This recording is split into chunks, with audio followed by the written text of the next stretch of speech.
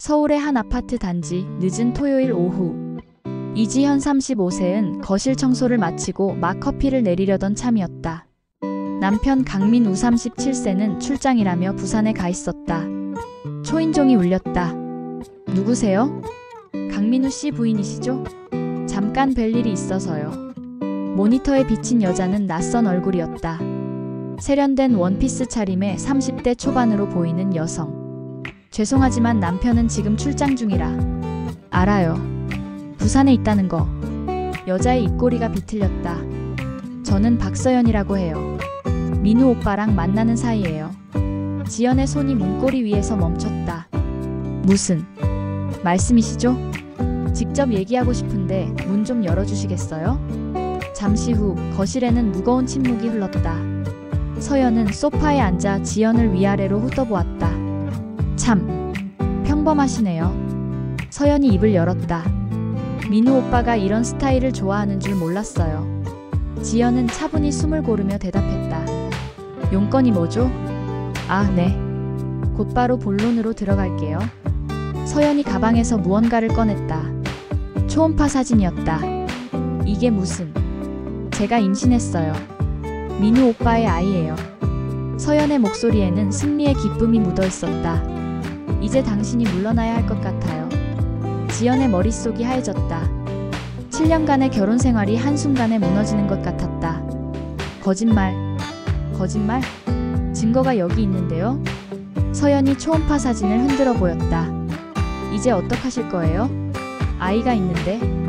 지연은 잠시 눈을 감았다 떴다. 그리고 천천히 입을 열었다. 그래요. 임신하셨다고요? 네, 맞아요. 이제 현실을 인정하시는 건가요? 그럼 DNA 친자 검사 한번 해보시죠. 지연의 목소리가 차가워졌다. 제가 비용은 다 부담할게요. 서연의 얼굴이 순간 굳어졌다. 그건 좀... 왜요? 아이가 민우 씨의 것이 맞다면서요? 지금 저를 의심하시는 거예요? 서연의 목소리가 높아졌다. 이렇게 초음파 사진까지 가져왔는데. 지연은 조용히 자리에서 일어났다. 주방으로 가서 무언가를 가지고 왔다. 이거 혹시 아세요? 서연의 얼굴이 창백해졌다. 지연이 들고 있는 것은 산부인과 초음파 사진 템플릿이었다. 요즘은 이런 걸로 초음파 사진을 위조하는 수법이 많더라고요. 지연이 차분히 말을 이었다. 제가 경찰서에서 일하거든요. 디지털 성범죄 수사팀에서요. 서연의 얼굴이 하얗게 변했다. 그게 무슨... 박서연 씨 1988년생이시죠? 서울대 법대 졸업이시고. 지연이 차분히 말을 이어갔다. 지금은 엘로펌에서 변호사로 일하시고. 어떻게? 당연히 조사해봤죠. 제 남편과 불륜 관계에 있는 사람이라면. 지연은 소파 옆 서랍에서 서류 봉투를 꺼냈다. 3개월 전부터 시작된 관계네요. 강남의 한 호텔에서 처음 만났고. 사진들이 테이블 위에 펼쳐졌다.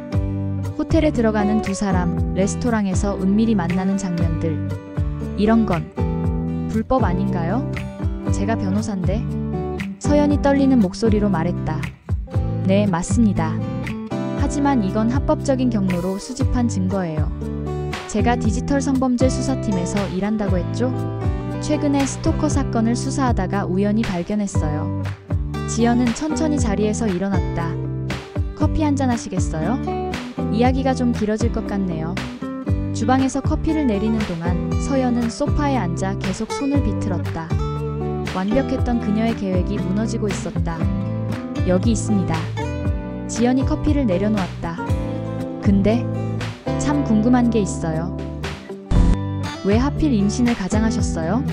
다른 방법도 많았을 텐데. 서연은 잠시 말이 없었다. 그리고 마침내 입을 열었다. 민우 오빠가 아이를 갖고 싶어 했거든요. 네. 당신과의 결혼 생활에서 가장 아쉬운 게 아이가 없다는 거라고. 그래서 전... 서연의 목소리가 작아졌다. 지연은 쓴웃음을 지었다. 그렇군요. 제가 불임이라는 걸 알고 계셨나 보네요. 서연이 놀란 듯 고개를 들었다. 하지만 서연 씨, 한 가지 모르시는 게 있어요. 지연이 휴대폰을 꺼냈다. 민우 씨가 정관 수술을 했다는 거. 네. 우리는 2년 전에 결정했어요. 아이는 갖지 않기로. 대신 둘이서 행복하게 살자고. 지연의 눈에 눈물이 고였다. 그런데 당신은 그런 우리 사이를 망가뜨리려고. 그때였다. 현관문 잠금 장치가 풀리는 소리가 들렸다. 여보, 나왔어. 부산 일이 일찍 끝나서. 민우가 들어오다 멈췄다. 서연 씨? 여긴 어떻게? 오빠. 서연이 벌떡 일어났다. 제가 이제 모든 걸 말했어요. 우리 관계도, 그리고 그만. 민우가 소리쳤다. 제발 그만해요. 하지만 오빠, 우리 사이에 아이가. 거짓말 그만하세요. 민우의 목소리가 떨렸다. 제가 정관 수술했다는 거 당신도 알잖아요. 서연의 얼굴이 붉어졌다. 그럼 처음부터. 네. 당신이 거짓말하는 걸 알고 있었어요. 하지만 이렇게까지 할 줄은 몰랐습니다. 지연이 자리에서 일어났다. 민우 씨, 이제 다 말씀해 주세요. 왜 이렇게 된 건지. 민우는 깊은 한숨을 내쉬었다. 사실 서연 씨가 처음부터 저를 협박했어요. 협박이요? 네. 제가 회사 자금을 일부 횡령한 적이 있었거든요. 서연 씨가 그걸 알아내고. 서연이 벌떡 일어났다. 다 말할 거예요? 그럼 당신도 끝이에요. 알아요. 하지만 이제 더는 못 참겠어요. 거실에는 무거운 침묵이 흘렀다. 창밖으로 비가 내리기 시작했다. 그럼 처음부터 다시 이야기해 주세요. 지연이 차분히 말했다. 어떻게 이렇게 된 건지. 민우는 깊은 한숨을 내쉬었다. 작년 말 회사가 어려워졌어요. 부도 위기였죠. 그래서 횡령을. 네. 은행 대출도 안 되고 직원들 월급도 줘야 했고. 민우의 목소리가 떨렸다. 5억을 빼돌렸어요. 나중에 갚을 생각이었는데. 서연이 비웃듯 말을 끊었다. 나중에 갚다니. 범죄자의 변명이네요. 당신이 그럴 자격 있어요? 지연이 차갑게 받아쳤다. 계속 말씀하세요, 민우 씨. 서연 씨가 우리 회사 외부 감사를 맡았어요. 그러다가 제 횡령 사실을 발견한 거죠. 그래서 협박했다. 이거군요. 지연의 눈이 서연을 향했다. 맞아요. 처음엔 돈을 요구했어요. 매달 2천만 원씩. 민우가 계속했다. 근데 나중엔 돈만으로는 부족했나 봐요. 관계를 요구하더군요. 서연이 자리에서 벌떡 일어났다. 그만. 이제 그만하라고요. 아니요, 계속하세요. 지연이 휴대폰을 들어 녹음 버튼을 눌렀다. 모든 이야기가 필요해요. 당신. 설마. 서연의 얼굴이 창백해졌다. 네, 맞아요. 지금 이 대화는 모두 녹음되고 있어요. 지연이 미소를 지었다. 아, 그리고 제가 아까 말씀드린 것 중에 한 가지 거짓말이 있었네요. 뭐가요? 서연이 떨리는 목소리로 물었다. 전 디지털 성범죄 수사팀이 아니에요. 전 검찰청 특수부 검사예요. 순간 서연의 다리에 힘이 풀렸다. 거짓말. 아니요, 이번엔 진짜예요. 강지연 검사, 서울중앙지검 특수부 소속이에요. 지연이 신분증을 꺼내 보였다. 사실 몇 달 전부터 엘로펌의 비리를 수사하고 있었거든요. 민우가 놀란 듯 지연을 바라보았다. 여보, 미안해요. 당신에게 말 못했어요. 비밀 수사였거든요. 지연이 서류 뭉치를 꺼냈다. 박서연 변호사. 당신이 연루된 사건이 한두 개가 아니더군요. 무슨 기업자금 횡령 도움, 증거인멸, 위증교사. 그리고 가장 충격적인 건 지연이 서류를 넘겼다. 미성년자 성폭행범 변호 과정에서의 증거 조작이요. 서연의 얼굴이 하얗게 변했다. 어떻게 그걸? 지난달에 체포된 정모 씨 기억나시죠? 그 사건 담당 검사가 바로 저였어요. 지연의 목소리가 날카로워졌다. 무고한 피해자를 가해자로 둔갑시키고 진범을 빼내기 위해 증거를 조작하다니. 그건 변호를 위한 거였다고요? 15살 소녀의 인생을 망치고 진범을 빼내주고. 이게 변호사가 할 일인가요? 민우는 충격을 받은 듯 서연을 바라보았다. 설마 그런 일까지. 이제 모든 게 끝났어요, 박서연 변호사님. 지연이 휴대폰을 들었다. 지금 특수부 수사관들이 오고 있어요. 체포영장도 준비되어 있고요. 안 돼. 이럴 순 없어. 서연이 현관문으로 달려갔다. 하지만 문을 열자마자 그녀는 굳어버렸다. 문 앞에는 수사관들이 서 있었다. 박서연 변호사님, 체포하겠습니다. 수사관이 차가운 목소리로 말했다. 당신에게는 묵비권이. 그때였다. 서연이 갑자기 가방을 열더니 무언가를 꺼냈다. 날카로운 사무용 칼이었다. 다들 뒤로 물러나세요. 아니면 모두 뒤로 물러나세요. 서연의 손에 들린 칼이 위협적으로 빛났다. 서연 씨, 진정하세요. 지연이 차분히 말했다. 이러면 상황이 더 나빠질 뿐이에요. 더 나빠질 게 뭐가 있죠? 이미 제 인생은 끝났는데. 서연의 눈에서 눈물이 흘렀다. 아직 늦지 않았어요. 자수하면. 자수? 하. 서연이 히스테릭하게 웃었다. 검사님, 아직도 모르시나요? 제가 왜 이렇게까지 했는지. 지연의 눈이 가늘어졌다. 무슨 뜻이죠? 엘로펌이. 그냥 로펌이 아니에요. 그들은. 서연의 목소리가 떨렸다. 그들은 나를 이용했어요. 처음부터 끝까지. 수사관들이 서로 눈빛을 교환했다. 지연은 천천히 한 걸음 앞으로 나섰다. 이용이라뇨? 신입 변호사였던 저에게 접근해서 처음엔 작은 일들부터 시켰어요. 기업 비리 은폐, 증거 조작, 그리고 점점 더 큰 일들을. 그래서 민우 씨를 협박한 것도. 네, 그들의 짓이었어요. 강 검사님이 엘로펌을 수사한다는 걸 알고 당신의 약점을 찾으려고. 지연은 충격을 받은 듯했다. 그럼 내 남편을. 죄송해요. 서연이 흐느꼈다. 하지만 저도 선택권이 없었어요. 그들은 제 동생을 인질로 잡고 있었거든요. 갑자기 민우가 앞으로 나섰다. 서연 씨, 그만하세요. 이제 더 이상의 거짓말은 거짓말이 아니에요. 서연이 소리쳤다. 증거가 있어요. 제 집 서재 책장 뒤에 모든 걸 녹음해뒀어요. 지연은 잠시 생각에 잠겼다가 수사관에게 눈짓을 했다. 박 변호사의 자택 압수수색 영장 받아오세요. 그리고 그때였다. 창문 밖에서 갑자기 총성이 울렸다. 엎드려요. 지연이 소리쳤다. 수사관들이 재빨리 대응 태세를 취했다. 서연은 그 자리에 무릎을 꿇고 앉았다. 역시 그들이 왔네요. 서연의 목소리가 떨렸다. 절 죽이러. 지연은 서연에게 다가가 그녀의 손에서 칼을 빼앗았다. 걱정 마세요. 이미 대비했으니까요. 밖에서 다시 한번 총성이 울렸다. 그리고 누군가의 외침이 들렸다. 특수부 수사관이다. 모두 무기를 내려놓고 항복해라. 창밖으로 헬기 소리가 들려왔다. 지연이 미소를 지었다.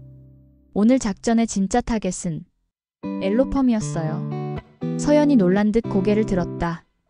당신의 행적을 수사하면서 엘로펌의 실체를 알게 됐죠. 기업 비리 은폐, 범죄 조직과의 연루. 그리고 가장 큰 문제는 검찰 고위직 매수. 서연이 중얼거렸다. 네. 그래서 이번 작전을 계획했어요. 당신이 우리 집을 찾아올 거란 걸 알고 있었고. 민우가 놀란 듯 물었다. 그럼 내일도. 미안해요, 여보. 당신의 횡령건도 알고 있었어요. 하지만 이번 일의 공을 인정받아 특별 감형을 받을 수 있을 거예요. 30분 후 엘로펌 간부들과 그들과 연루된 범죄 조직 구성원들이 체포되었다. 서연의 동생도 무사히 구출되었다. 박서연 변호사. 지연이 수갑을 채운 서연에게 말했다. 당신도 죄는 받아야 해요. 하지만 자백과 증거 제공을 고려해 정상 참작은 해드리겠습니다. 서연은 고개를 끄덕였다. 감사합니다. 그리고 죄송합니다. 에필로그. 그 후 5년. 지연과 민우의 새로운 시작. 민우는 1년간의 집행유예 기간 동안 노숙자 지원센터에서 봉사활동을 했습니다. 이 경험은 그의 인생관을 완전히 바꾸어 놓았습니다. 그는 자신의 IT 기술을 활용해 사회적 기업을 설립했고 취약계층을 위한 디지털 교육 프로그램을 운영하기 시작했습니다. 지연은 특수부장으로 승진한 후 검찰 내 부패방지위원회 위원장을 맡게 되었습니다. 그녀는 법조계의 비리를 근절하기 위한 새로운 시스템을 구축했고 이는 큰 성과를 거두었습니다. 두 사람은 2년간의 부부 상담을 받으며 서로를 더 깊이 이해하게 되었고 마침내 작은 생명을 품에 안을 수 있었습니다. 입양한 5살 여자아이는 그들의 삶에 새로운 기쁨을 가져다 주었습니다. 서연의 변화. 서연은 1년 6개월의 수감 생활 동안 법률 자문 봉사활동을 했습니다. 출소 후에는 자신의 경험을 바탕으로 세컨드 찬스라는 비영리 단체를 설립했습니다. 이 단체는 화이트 칼라 범죄로 수감된 이들의 갱생을 돕고 기업 윤리 교육을 실시합니다. 그녀의 동생은 심리적 트라우마를 극복하고 상담 심리학자가 되었습니다. 현재는 범죄 피해자들을 위한 치유 프로그램을 운영하고 있습니다.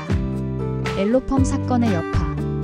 엘로펌 사건은 한국 법조계에 큰 변화를 가져왔습니다. 로펌 감사 제도가 강화되었고 변호사 윤리 교육이 의무화되었습니다. 이 사건은 법학전문대학원의 교과 과정에도 포함되어 예비 법조인들에게 윤리의 중요성을 가르치는 사례가 되었습니다. 마지막 만남. 5년 후 지연과 서연은 우연히 한 봉사활동 현장에서 마주치게 됩니다. 처음에는 어색했지만 두 사람은 진솔한 대화를 나눌 수 있었습니다. 검사님, 아니 지연씨, 그때 저를 막아주셔서 감사합니다. 서연씨도 용기 내어 진실을 말해주셔서 감사해요. 그들은 이제 과거의 적이 아닌 더 나은 사회를 만들어가는 동반자가 되었습니다. 우리는 이 이야기를 통해 인생의 중요한 진실들을 발견할 수 있습니다. 1. 거짓말의 대가. 거짓말은 눈덩이처럼 불어납니다. 서연의 사례에서 보듯 하나의 작은 거짓말은 결국 더 큰 거짓말을 낳고 그 끝은 파멸로 이어집니다. 진실을 외면하고 거짓으로 상황을 모면하려는 시도는 결국 더 큰 고통을 가져옵니다. 우리는 때로 작은 거짓말은 괜찮다고 생각합니다. 하지만 그 거짓말이 얼마나 많은 사람들에게 상처를 주는지, 그리고 결국 자신에게도 어떤 결과를 가져오는지 깊이 생각해 봐야 합니다. 2. 용서와 정의의 균형. 지연이 보여준 것처럼 정의를 실현하면서도 인간적인 연민과 이해를 잃지 않는 것이 중요합니다. 범죄에 대한 처벌은 필요하지만 그 과정에서 인간성을 잃지 않는 것이 진정한 정의입니다. 우리는 때로 복수와 정의를 혼동합니다. 하지만 진정한 정의는 단순한 응징이 아닌 더 나은 사회를 만들어가는 과정이어야 합니다. 3. 선택의 중요성. 인생의 모든 순간은 선택의 연속입니다. 민우가 회사 자금을 횡령한 순간, 서연이 로펌의 제안을 받아들인 순간, 그리고 지연이 남편을 용서하기로 한 순간까지 모든 선택에는 책임이 따르며 그 책임을 받아들일 준비가 되어 있어야 합니다. 작은 선택이 인생을 완전히 바꿀 수 있다는 것을 기억해야 합니다. 순간의 유혹에 빠지지 않고 장기적인 관점에서 현명한 선택을 하는 것이 중요합니다. 4. 진실의 힘. 아무리 깊숙이 숨겨진 진실이라도 결국에는 밝혀지기 마련입니다. 엘로펌의 비리가 드러난 것처럼 어떤 거짓도 영원히 숨겨질 수 없습니다. 진실을 직면하고 받아들이는 용기가 필요합니다. 진실은 때로 고통스럽지만 그것을 피하는 것보다 직면하는 것이 결국 더 나은 결과를 가져옵니다. 5. 새로운 시작의 가능성. 인생에는 언제나 새로운 시작의 기회가 있습니다. 민우와 지연이 보여주듯 큰 실수와 배신 후에도 진정한 반성과 용서를 통해 새로운 시작이 가능합니다. 어떤 실수를 했더라도 진심 어린 반성과 노력으로 변화할 수 있습니다. 더 많은 감동적인 이야기를 만나고 싶으시다면 구독과 좋아요, 알림 설정을 해주세요. 여러분의 인생 이야기도 댓글로 들려주세요. 우리는 서로의 경험을 통해 성장할 수 있습니다. 다음 이야기에서는 또 다른 감동으로 찾아뵙겠습니다. 여러분의 하루가 희망으로 가득하기를 바랍니다.